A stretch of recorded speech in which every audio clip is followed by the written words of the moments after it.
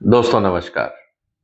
अब नेटो ने भारत को धमकी दी है कि आप रशिया से व्यापार बंद कर दें।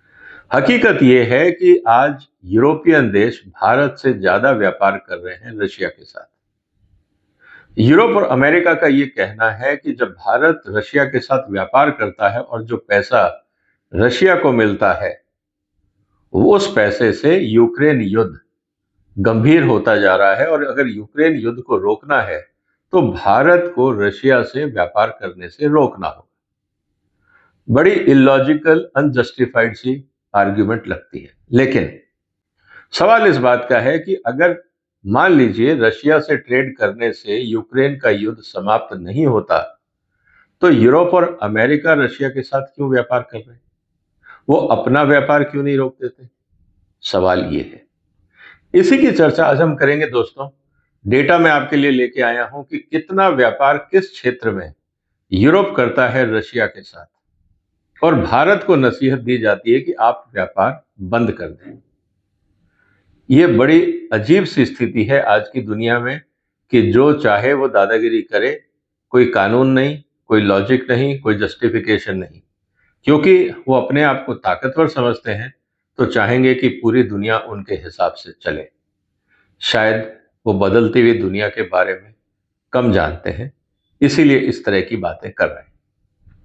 दोस्तों, अगर मैं आपके सामने कुछ आंकड़े रखूं, तो यूरोपियन यूनियन का जो टोटल व्यापार है रशिया के साथ, वो है करीब 70 बिलियन यूरो का। आज भी 2024 में 3 साल हो गए लड़ाई करते हुए यूक्रेन से, लेकिन यूरोप की इतनी हिम्मत नहीं है कि वो रशिया से पूरी तरह से अपना व्यापार बंद कर दे।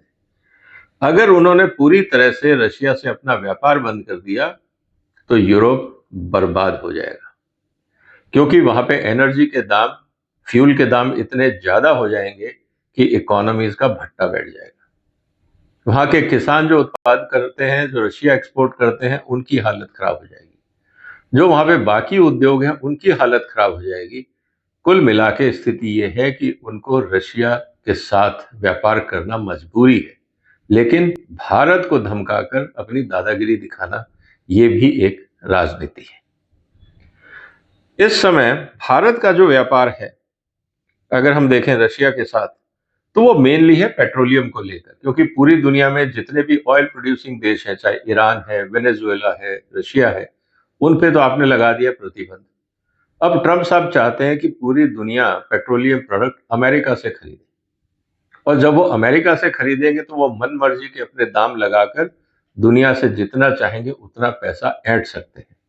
लेकिन अभी तक दुनिया उनके चक्कर में आ नहीं रही, और यही कारण है कि उनके लिए परेशानियां बढ़ती जा रही हैं। दूसरी तरफ अगर हम ये बात करें भारत का व्यापार कितना है, भारत का करीब 65 बिलियन डॉलर का व्यापार है, और उसमें करीब 60 से 62 बिलियन डॉलर जो है वो सिर्फ पेट्रोलियम प्रोडक्ट है। मतलब हमारी जो निर्भरता है रशिया पे, वो पेट्रोलियम को लेकर है। लेकिन अगर आप यूरोप का हाल देखें, तो करीब 30 से 35 बिलियन डॉलर वो रशिया को एक्सपोर्ट करते हैं, और 30 से 35 बिलियन डॉलर का वो इंपोर्ट करते हैं। ऐसा नहीं है कि वहां वन वे ट्रैफिक है जैसा भारत का है कि हमारे यहाँ तो एनर्जी नहीं है, हमें तो खरीदना पड़ेगा। यूरोप की क्या मजबूरी है कि वो रशिया को एक्सपोर्ट कर रहे हैं? इस बात को समझना है। अगर वो रशिया के साथ इंपोर्ट एक्सपोर्ट बंद कर देंगे, तो हो सकता है 60 बिलियन डॉलर रशिया को कम देना पड़ेगा। लेकिन दूसरी तरफ स्थिति क्या है? अमेरिका भी करीब 3 से 4 बिलियन डॉलर का व्यापार करता है, और रशिया से करीब 3 बिलियन डॉलर, 3 से 3.5 बिलियन डॉलर का इंपोर्ट करता है।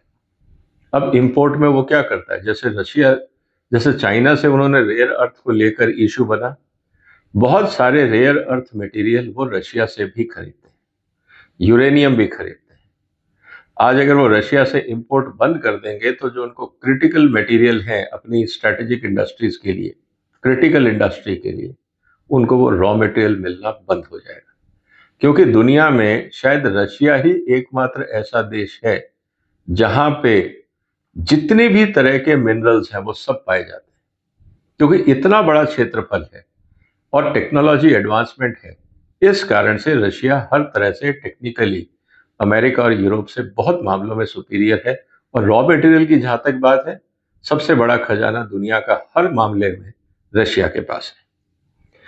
अब बात करते हैं कि कौन कौन से ऐसे क्षेत्र हैं जिस पे यूरोप रशिया पे निर्भर है और हमें कहते हैं कि हम व्यापार बंद कर दें।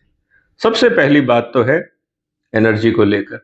करीब 22 बिलियन यूरो का हर साल, करीब जैसा मैंने शुरू में कहा कि 30 बिलियन डॉलर आप मान लीजिए, 30 बिलियन डॉलर के आसपास एनर्जी हर साल यूरोप को खरीदनी पड़ती। उन्होंने कोशिश की थी डाइवर्सिफाई करने की, लेकिन उनको जो रेट पड़ा उससे उनकी इकोनॉमी हिल गई। इसलिए उनकी हिम्मत नहीं हो रही कि रशिया से जो गैस आती है, पेट्रोलियम आता है, कोल आता है, उसको वो बंद कर दें। अगर आप ध्यान से देखें, अगर कोल भी जोड़ दें, गैस भी जोड़ दें, पेट्रोलियम भी जोड़ दें, तो करीब 200 से 250 बिलियन यूरो के आसपास ट्रेड है रशिया और यूरोप के बीच में। फर्टिलाइजर की जहां तक बात है, 1.5 बिलियन यूरो का फर्टिलाइजर खरीदता है यूरोप और 1.5 बिलियन डॉलर का फर्टिलाइजर खरीदता है भारत, और इतना ही 1.5 बिलियन डॉलर का फर्टिलाइजर खरीदता है अमेरिका। अगर अमेरिका और यूरोप फर्टिलाइजर नहीं खरीदेंगे तो वहां पे फूड क्राइसिस हो जाएगा, उनकी फसलों को उर्वरक नहीं मिलेगा और हालत खराब हो जाएगी। इसी तरह से जो मशीनरी है और इक्विपमेंट है, यूरोप करीब 10 बिलियन यूरो का मशीनरी एक्सपोर्ट करते हैं रशिया को। अगर रशिया से इतनी प्रॉब्लम है तो आप एक्सपोर्ट करना बंद कर दीजिए। 10 बिलियन यूरो का अगर बाजार हाथ से चला जाएगा तो आप सोचिए कि यूरोप की इंडस्ट्रीज का क्या हाल होगा। परेशानी उनके लिए बहुत बढ़ जाएगी। जबकि भारत से जाता है 500 मिलियन, मतलब आधा बिलियन डॉलर, और जबकि यूरोप भेजता है 10 बिलियन यूरो। अब कहां कंपैरिजन है, लेकिन हमें वो दिखा रहे हैं कि हम गलत कर रहे हैं। और अमेरिका भी 200 मिलियन डॉलर का मशीनरी भेजता है, हर साल एक्सपोर्ट करता है रशिया को। अगर इतनी दुश्मनी है तो क्यों नहीं बंद कर रहे। केमिकल्स की जहां तक बात है, व्यापार है करीब 10 बिलियन डॉलर का, बिलियन यूरो का यूरोप और रशिया के बीच में। भारत से करीब 1 बिलियन और अमेरिका से करीब 300 मिलियन डॉलर का। इसी तरह से मेटल्स एंड मिनरल्स को लेकर 3 से 4 बिलियन डॉलर का यूरोप डिपेंडेंट है रशिया पे। भारत करीब 1 बिलियन और अमेरिका भी करीब 500 मिलियन डॉलर का व्यापार करता है। एग्री इंपोर्ट्स की जहां तक बात है, करीब 3 से 4 बिलियन का जो व्यापार है यूरोप का, वो रशिया से। रशिया बहुत कुछ एग्री प्रोडक्ट्स देता है यूरोप को, और अगर वो नहीं करेंगे तो सोचिए वहां क्या महंगाई होगी। इसी तरह से भारत से करीब 500 बिलियन, क्योंकि हम तेल खरीदते हैं सोयाबीन, उसका सनफ्लावर का, और कुछ ग्रेन्स आते हैं, और 100 बिलियन के आसपास अमेरिका भी खरीदता है। फार्मास्यूटिकल की अगर हम बात करें तो यूरोप से हर साल रशिया को 2 से 3 बिलियन डॉलर का फार्मास्यूटिकल एक्सपोर्ट भी होता है। भारत से करीब 600 से 700 मिलियन का, और अमेरिका से करीब 200 मिलियन डॉलर का फार्मास्यूटिकल प्रोडक्ट एक्सपोर्ट होता है रशिया। आप बंद कर दीजिए सप्लाई, करीब 3 बिलियन डॉलर, 3 बिलियन यूरो का फार्मास्यूटिकल इंडस्ट्री है जो मल्टीनेशनल्स हैं यूरोप की, उनकी मुश्किलें बढ़ जाएंगी। व्हीकल पार्ट्स करीब 2.5 बिलियन डॉलर का, 2.5 बिलियन यूरो का जो एक्सपोर्ट होता है वो यूरोप से होता है रशिया को। भारत से करीब जाते हैं 100 मिलियन। अब आप सोच लीजिए, हम 25 गुना कम हैं, और करीब हमसे ज्यादा एक्सपोर्ट करता है अमेरिका। अगर ये बंद कर दें तो इनका क्या होगा। इलेक्ट्रॉनिक्स की जहां तक बात है, 2 से 3 बिलियन डॉलर का ये रशिया से डील करते हैं, 400 मिलियन डॉलर भारत का है, और करीब 200 मिलियन डॉलर यूएस का है।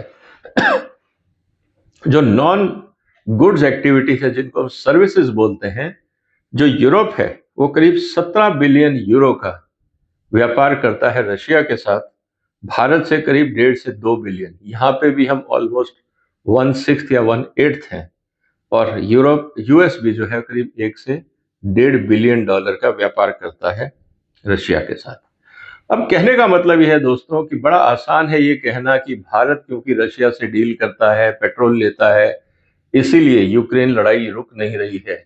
लेकिन ये खुद जो लोग व्यापार कर रहे हैं रशिया के साथ, ये अपना व्यापार क्यों नहीं बंद कर देते? ये दूसरों को उपदेश क्यों दे रहे हैं? इसीलिए भारत सरकार का ये स्टैंड कि भाई ये दोगली राजनीति मत करो, डबल स्टैंडर्ड से व्यापार करना बंद करो।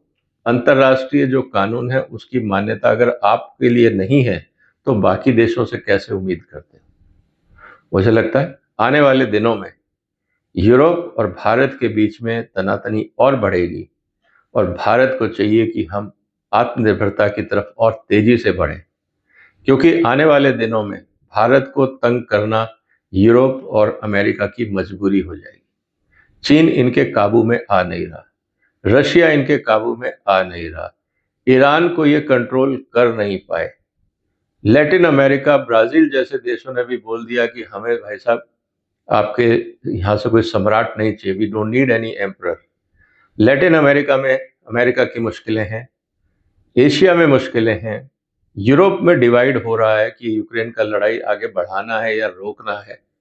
मिडल ईस्ट वाले न्यूट्रल रहते हैं, उनको कोई लेना देना नहीं है अमेरिकन पॉलिटिक्स से, उनको अपने तेल बेच से मतलब है। कुल मिला के, और जो साउथ अफ्रीका है, जो अफ्रीका का एक इम्पॉर्टेंट देश है, उसके साथ भी अनबन है अमेरिका की। कुल मिला के स्थिति ये है कि उनको बार बार भारत का बाजार नजर आता है, किसी तरह से भारत के बाजार पे कब्जा किया जाए और भारत को डरा धमका कर अंतर्राष्ट्रीय व्यापार में अपनी शर्तों के हिसाब से चलाया जाए।